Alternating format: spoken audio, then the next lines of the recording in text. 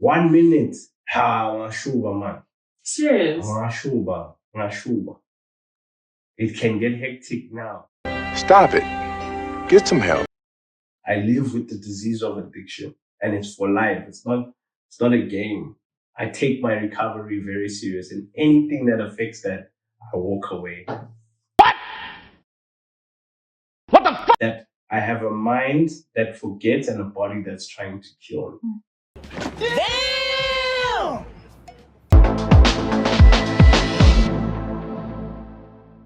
We're gonna have a very heartfelt topic. We're gonna discuss a very heartfelt. Is that how you say it, guys? Mm-hmm. It's horror. I have a guy here. I don't know if I can use the word. In an interview with Piers Morgan, you refused 14 times to answer if you took drugs. Could you clarify this? Are you trying the 15th time? Was. I'm an addict, recovering addict. I was gonna use the word drugs. Yeah, drug addict, yeah. Yes, so but then we are gonna be discussing that because he's from rehab. He's just gonna be telling us more about it, how he started, how it's been going, rehab, and so forth and so forth. So please join me together, audience, and please welcome Sipho.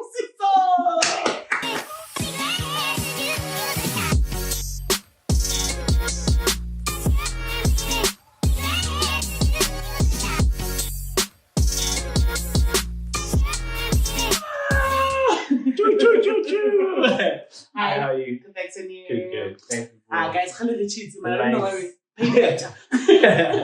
Please just introduce yourself to the people. Hi, hello, ladies and gentlemen. Thank you so much for the platform. My name is Busiso Ethan Ntuli, and I'm a drug recovering addict.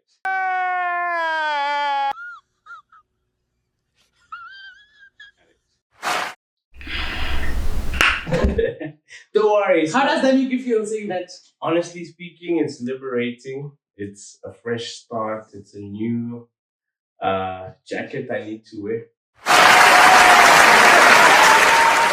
You can do it! So when you say it's liberating, is it because when you were doing the things, it's kind of like something that you were hiding from people?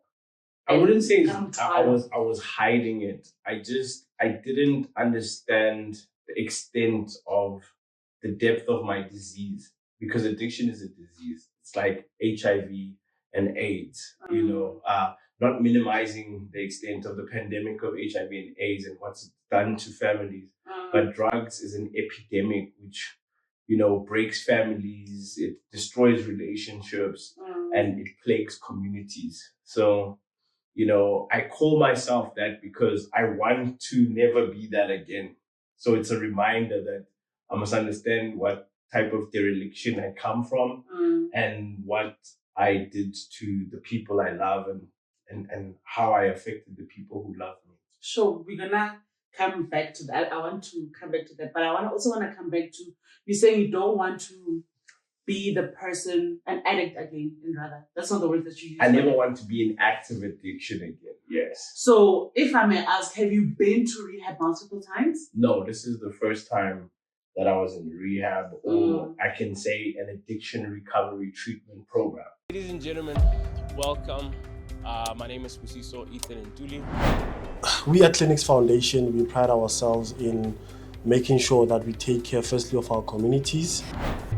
I'm not saying you are to blame, but I'm saying some of them were dropped by us. Appreciate it. Shout out to Zota Koza Foundation, Clinics Foundation. And to my fellow brothers, we're gonna do this thing, guys. And we have got a complementary approach at Zota Koza Foundation. Have more fear for the drug dealer than they have love for us. So have you tried to stop by yourself, or like be in a facility where it was helping you to stop prior to you going to rehab now? I can say I tried 17 times and I failed dismally. So I've been in active addiction for 17 years. Oh my God! Wow! I started doing drugs when I was 15. How old are you now? 33. Sure. So that's why I say I'm a grateful recovering addict, you know. Let's go back to the first time you tried. what happened, what was happening, what led you to... It was lit. No! God, please, no! No!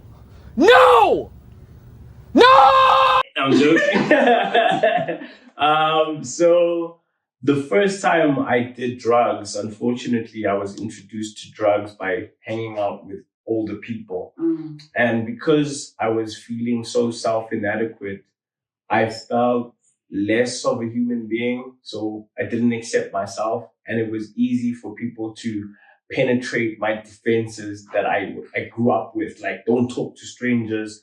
Don't accept things from strangers, things like that. So I was hanging out with the wrong crowd. At the time, I didn't know they were the wrong crowd because they were the only people who accepted me.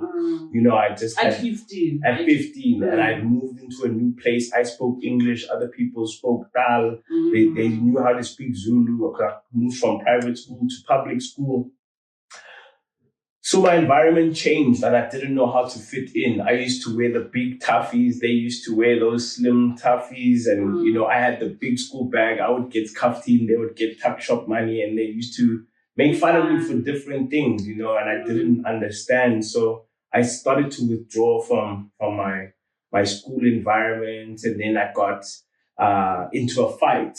And it was in that time when I got into a fight and I kicked this guy's ass. And then now I'll call them vouchers for the sake of their anonymity. But these vouchers then identified me and said, okay, we can get to know him. And obviously rumors started to go around. All these things. That I didn't know at the time were making me vulnerable to these elements of criminality.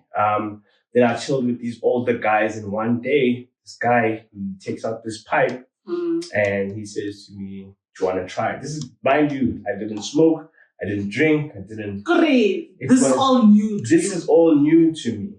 And because I didn't fit in, because I was still dealing with, the divorce of my parents, I didn't understand that. And now, there was just a little bit of a crisis that happened in my life where a family member passed away.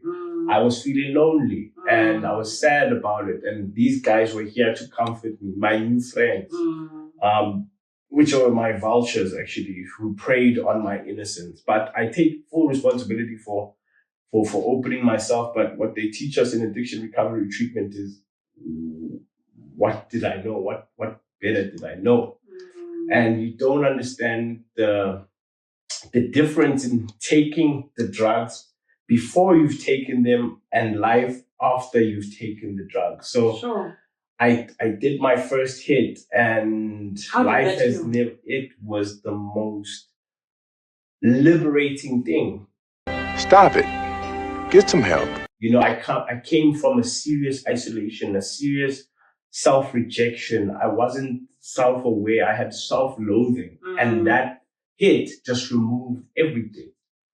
It just fixed everything. That's why they call it a fix. It fixed me for a minute and 50 seconds. It was so that's how it lasts. That's how long it lasted. Because my first DOC, which is an acronym for drug of choice. Okay. In rehab, we don't really use the word of the actual drug because it might be a trigger to other people. Okay. But we call it a DOC, which is drug of choice. So that was such a... oh my God. This person is so annoying. Which one? He cleans, I'm going to tell people, this guy in Cosmo, guys, he cleans the yards here in Cosmo, and if he doesn't get his money, he's not going to stop. And I'm not the landlord. Yes. Like yesterday, he was cleaning a bell. Oh my so God. we can open the gate. You know what? We can just continue. Guys, if you hear the noise, I'm so sorry. It's all good. Yeah. So, it's I lost my track of thought, but in terms of... You were saying that the DOC. Yeah. DOC. Yeah. So the drug of choice was rock at the time, and what that did to my mind is it shot it out of that depression or that depressive state or that sad state, and it just reconfigured my brain. And now I felt like I was invincible. Yeah, I literally felt like So you're saying that the drug lasts for less than 2 minutes? Less than 2 minutes. Rock lasts for less than 2 minutes. And then after that 2 minutes, what happens to you? Like, how are you feeling? At the time, I had not understood what was happening to me neurologically. Okay. So, in the presence of what I was with, who I was with, they then took me to this club. So they understood why they were introducing me to this substance, and I was just having a good time as a naive kid, and as a naive 15-year-old who has now been introduced to this lifestyle, and this lifestyle had acceptance, and it was only because I demonstrated a destructive behavior, which is fighting in school, and this is how they saw me, and then people started to tell them who I was, because there was somebody who my family had trusted to show me around. Maybe they knew what type of elements I was going to face, but it wasn't. Would you say it's like they wanted you to be? No, they wanted to protect me. But the people who introduced me to this thing obviously wanted a particular stature, because it would always come up like, and at 15 years old, you don't really understand what that means. Yeah. Because you see your relatives as your relatives. You see your family as your family. Umama, ubaba. Umkhulu. Like, you don't see what the world sees. Sure, man. 15. 15. But the story doesn't it doesn't get any worse than that, because the only thing that I feel is principle for this conversation is understanding that it's a personal choice to take that, because you envelop your feelings. You withdraw from your environment. You divest yourself from the capacity that your family or your society or your community presents to you in a So you don't blame anyone? I don't blame anyone. I can't. They didn't put no drug in my mouth. Do you regret being in that place at that time? I don't regret anything, because at the end of the day, it got to show me a whole different side of life. I mean, I'm a person who believes in purpose and calling. And the only thing I wanted to do in my life is belong and feel like I'm contributing. So you belonged when... I belong, so I can't regret it. At the end of the day, it's what God required me to go through, which I feel God is into. Do you believe that? I believe that. God. Yeah, definitely. I had to take that path. There's nothing that I was going to do differently if I've been given the chance to go back. I will never change my path. Really? Absolutely. Sure. That's deep. Absolutely. I would repeat every single thing, because I learned very important lessons. The only thing, and you can't, because I never want to minimize God's lessons. I've learned, I stopped believing in God too many times for him to still have my back. But I do believe that everything in life happens for God's purpose. So there, in that state, I'll call it the gift of desperation. So GOD stands for gift of desperation. When it's on the negative. When it's on the adverse, which is like the positive side, that's when you find good orderly direction. So without the gift of desperation, you won't understand where you find good orderly direction. Makes sense. Yeah. So, is this person knocking on my door? I think this someone. Hello? Hello? How are you? No. How are you? No, I'm not an entity. He's so rude, this guy. Yeah. I want to know something. When? Sorry, Baba. Can we call you in 2 minutes? Nah? We're still busy with something. Okay. Sharp. Can you wait at the gate, sir? Because as far as I know, you have not been allowed in. Please, my leader. We have acknowledged your presence, nah? Sharp. I want to know something. So you're saying you don't regret the path that you took, right? Was there ever a moment, or is there a moment when, during that time, when you said to yourself, this can't be my life? Absolutely. I would say recently, before I went to rehab, because, when I lost my daughter, or the custody, let me rephrase that. When I lost the custody of my daughter because I was intoxicated and I was in a fight with the mother of my child's mother to take her back home with me, you know, I dropped my child on her head, you know, in a tussle with trying to pull her away from her grandmother. Okay? She's okay, but I haven't seen her physically in her presence for about 4 months. So, you know, that really messed with me, and it took me into such a dark space where I had finally given up. I moved out of home. I sold things. I didn't bath. I couldn't care less. I lost all hope because I love my daughter more than I love God. I loved my daughter more than my life itself. That was the only thing that I felt I could hold on to, even though I was still,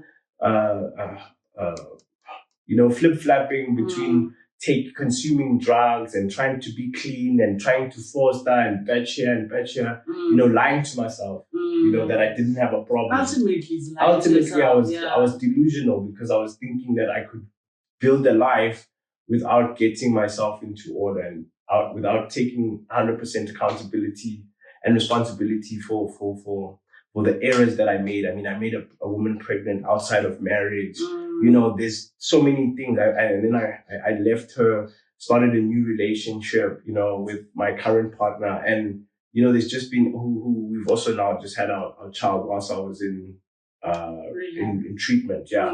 So do you guys prefer the word treatment instead of rehab? The thing is to understand it in context. It's treatment. Rehab is for physics, like physical. That's for me, I believe it's treatment. This is a sickness. It's a sickness. It's not some intangible thing. When you talk about addiction is a disease of dysfunction of the brain. The brain does no longer operate as it should. Because now you've introduced so many different feelings that the brain is unfamiliar with. And in neuroscience, you look at the duplication of neurotransmitters. So when you take drugs, the drug will create, because of the makeup of and the components of what it takes to make these different drugs, and we don't know what we're smoking.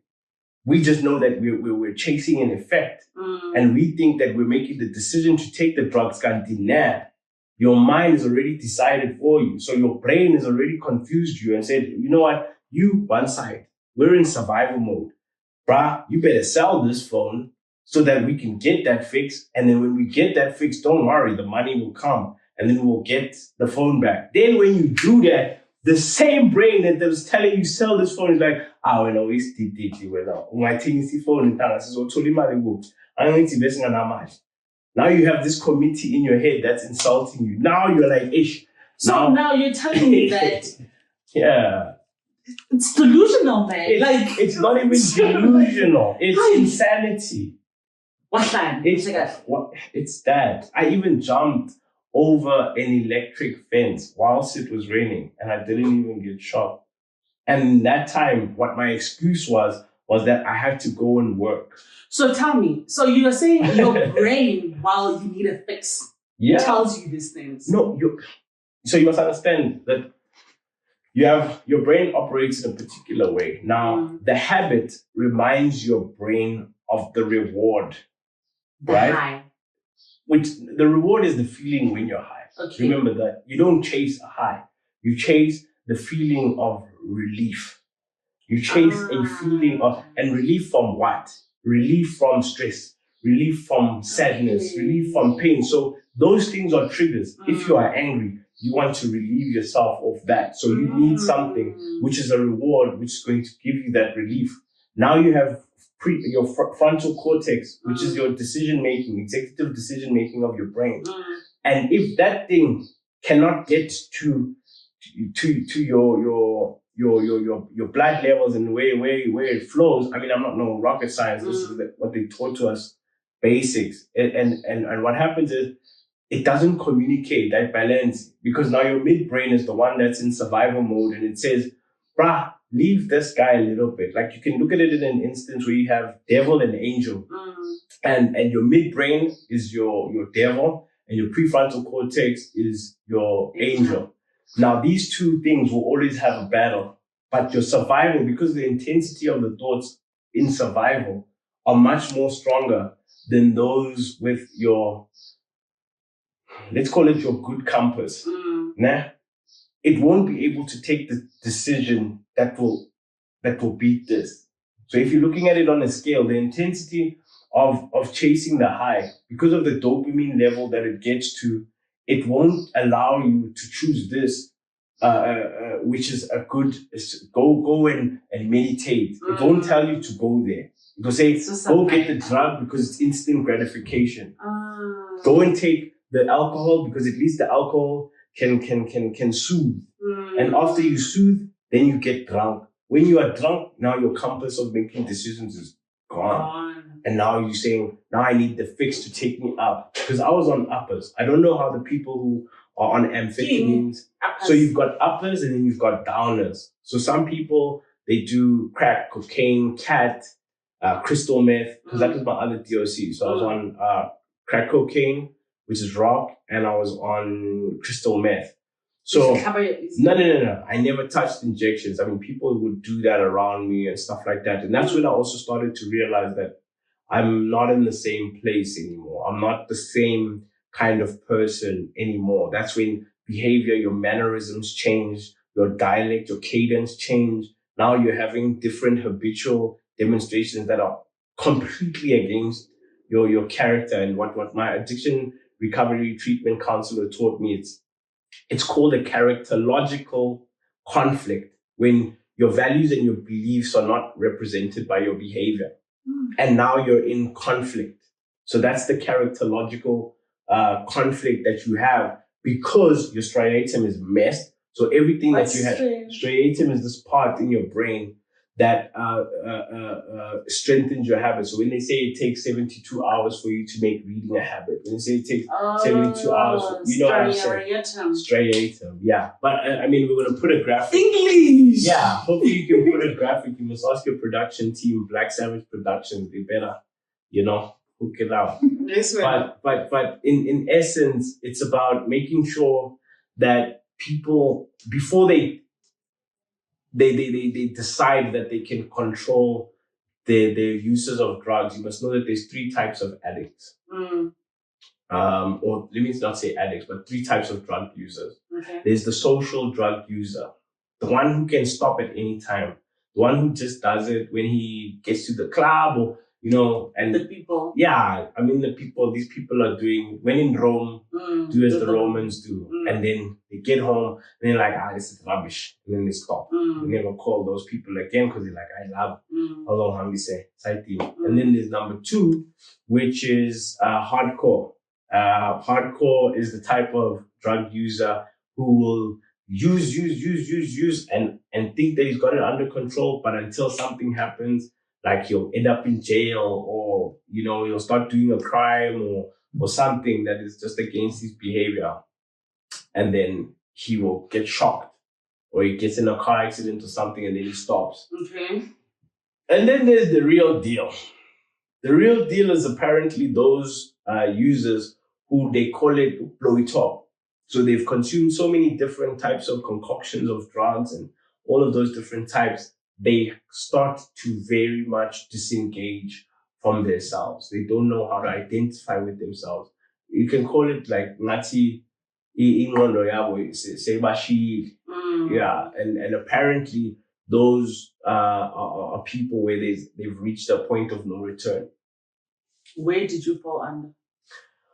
Honestly speaking, I felt like I was at a point of no return. I didn't lose my mind, but I'd lost myself completely. I'll show you a picture, but I don't think you'd believe that that's me. So after the incident with your child, that happened, right? After that incident on that specific day, what happened leading to you going to rehab? So that was because how they made us track it back in treatment was that they made us track back the past 3 months of our life, which would be the 19th of May So between the 19th of May to the 19th of August, I was in total dereliction. So I moved out of home, my mother's home, and I stopped bathing. I still wanted to set up activities which would still give me self-purpose or self-worth. You know, I would contact like your people from the Department of Sports, Rec and Arts and Culture. I would contact people from where I would like try and find hope, you know, and people would be reaching out to me, but I didn't hear anything because I still missed my daughter so much. And, you know, even when I was in the relationship with my current partner, it was toxic. You know, I used to feel like she was having an affair. I was like, I would ask her, I was like, why are you even with me? Can't you see that I'm like a mess? Can't you see nobody wants me? So, like you're saying, so what what I'm hearing is that from the age of 15 until recently, you had not found a place where you belong in yourself, in this world. No. So the 30-year-old, you still felt like, I'm that 15-year-old that doesn't belong. I was trapped, yeah. And now you're in drugs and you can't come out because when you're in it, you feel like you belong in a way, but you don't really feel like I was going to trap houses. I was buying groceries in the trap house. Like there where I used to buy. There's gross, I would bring because in misery loves company. I would buy drugs for other people just so that we could chill. So you don't want to do it alone. You want to do it with I other never people. did it alone. That's the thing. Also, that was my problem also. Because that's where that was my reservation. It was my excuse to keep on using, you know? Okay, you use, right? And it's on a random Thursday, you feel high, you do whatever. You're in your bed, you're alone. The high is out of your system. What are you feeling? The withdrawals. So they were physiological withdrawals. And I used to delude myself by saying the best part of using is when you have to come back and recover and like you are Super Saiyan, like Dragon Ball Z, like when they would beat up the Saiyans and then they inch off your life and then you take a senzu bean. And I would use that depiction like, no, I'm not like I'm a senzu bean one. And they call my DOC I'ma eat some more. Because as you continue to use more, you need to use even more. So you buy like 10 rocks at $50 a pop, you know? So a pop is a bag? No, what do you mean? It's a stone this big. Wait, so you said rock, ne? Do you how do you consume it? So rock is pretty much this big. So this is my earring. Yeah. So this is how it looks like. No, it's no bigger than that thing. That is probably $100. And then why just... No, you put it on this thing, and they normally use this thing for the heaters. And they break the heater thing and they put this copper inside of it. So you guys would go and steal heaters? Or No, I wasn't part of the gang that did that. So there's those different types of categories of desperation where some would borrow money. So that's what I would do. I'd borrow money from friends. I would lie to family members about some of the reasons why I needed money. I would say I need to do this deal. I need to print this. I need to do this type of thing. I need to go to wherever. Can you Uber me here?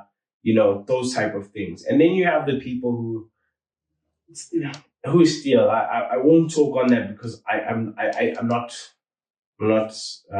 in that. I would trade my clothes, you know, things like that. But when it comes to the stealing stuff, I can't really say I know. The only thing I did, which is the worst one, was sell my mom's phone after dropping my child. Was sell my mom's phone because it was the only thing I had on asset that I would be able to get enough money to do a very bad decision. And thank God that didn't happen. Yeah. Sure. It's a lot, man. It is. I know. But I don't think I've sat down and talked to a person who's been through it. So thank you. Hope you guys learned a lot. Don't you want? Yeah. You know, fundamentally, you know, it's... Also, I just want to ask you something. Is it possible that you can try it once and don't go back? Like I said, the brain is a very fascinating tool, and not everybody's the same. But prevention is better than a cure. There's a thing called like having an addictive personality. So I would consider myself as a person who's I'd easily get addicted to something. I don't know if that's a bad thing. So if I were to try, would my chances of going back be high? Firstly, do you think there is a thing as an addictive personality? What I want you to look at it like this.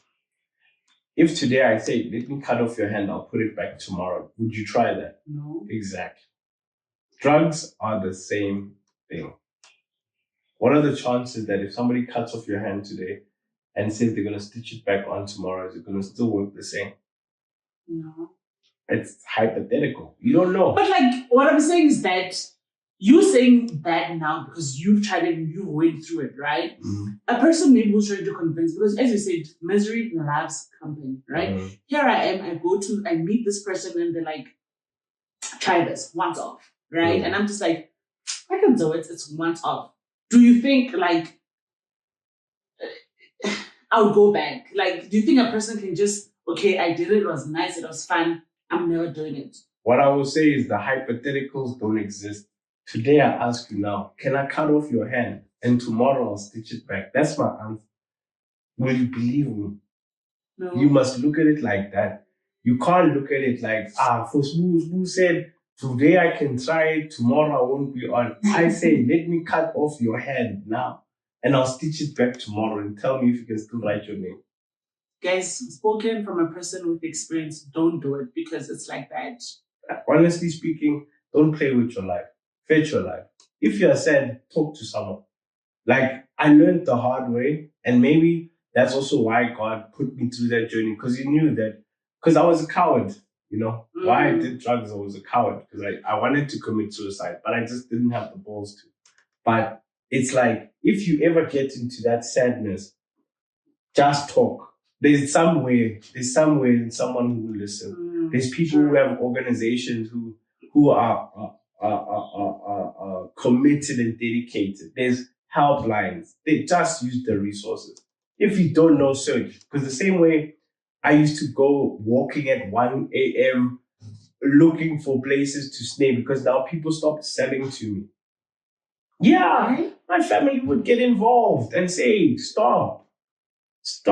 And they definitely could get into different types of maneuvers in this world to make sure that I stopped. And I was thinking that they don't love me. You thought they didn't love you? I thought they didn't care about me. No. My family is not associated with drugs. I'm saying I used to think my family didn't love or care about me.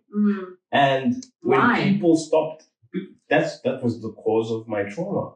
When my parents separated, I felt abandoned. I thought that I was to blame. I thought there was a lot of different steps. Man. So at and that was at 13. So it took me at 13, didn't go to school, because after my parents' divorce, I was withdrawn from school. So there was a lot of culture shock that took place. And no one really translated that information to say, it's not your fault. This is just life. Mommy and daddy love you. Because they were also, and rightfully so, they were going through their own type of damage. I'm so sorry you went through that, bro. Like, that must have been. It was warranted, because at the end of the day, I would be bored if I didn't go through that. I wouldn't have a testimony. So you'd be bored. I would be bored. That's why not. Because then my life would just be about making money. Now I can prove history and say, yes, as a recovering addict, you can make money. You can make it. You can do something. You can be a present father. I don't really chase money anymore. The only thing I'm chasing to do is be a present father, and I want to be a present husband, and I want to be a functional member of my society. Society is fucked. How long have you been sober? As of today, this is day 86. That's almost 3 months. Almost. Congratulations. I'd rather count the days than the minutes. Okay. Yeah. Day 86. Day 86. That's a lot. Congrats to you. 86. Why did you do that? 86. Okay, guys. Sure. Okay. Thank you for watching. Thank you for coming. No problem. Thanks for having me. Guys, I hope you learned a lot. I learned a lot. Like, yeah. Before we go, Nick, you know, in South Africa, people drink a lot of alcohol. Maybe, I don't know. And I think like most of us are in denial of being alcohol addicts. Do you think that's a thing? Do you agree with that? I'm going to be very careful with my response because, you know, in Narcotics Anonymous, we learn that alcohol is a drug. Okay. At the end of the day, anything that alters the sobriety of your mind and it inhibits the ability for you to have 100% of your faculties in order is a drug. Inebriation is a drug. And there are there's so many things that put you into a euphoric state because the brain is not supposed to live in euphoria. So if you find yourself in a state chasing euphoria, you have a problem and you need to seek help before you get into trouble. Those are some of the hazards that exist, that are the key indicators.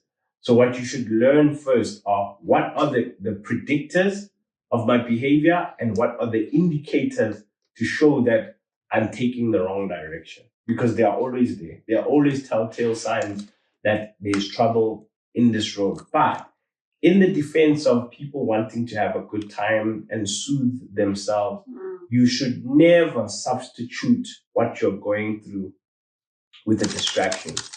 People need to learn to process their emotions. People need to learn to process your emotions. I will never promote something that says, yes, find a distraction. Because that's why we have such a shallow society nowadays. That's why we have such a falsehood of camaraderie and people who are saying, I got your back, but Simba no mundo. Sorry, pardon my French. But, so you're saying having a glass of wine every day is wrong? I'm not saying that. What I'm saying is, if you begin to chase the euphoria, the state of mind, and there's something. If you begin to chase being drunk or tipsy. Yes, and if you are avoiding to confront, if you are tired, go to sleep. What if I'm going through a heartbreak? You are substituting. Process the emotion. I'm not saying a glass of wine is bad. Because apparently, the doctor says one glass of red wine is good for your blood system.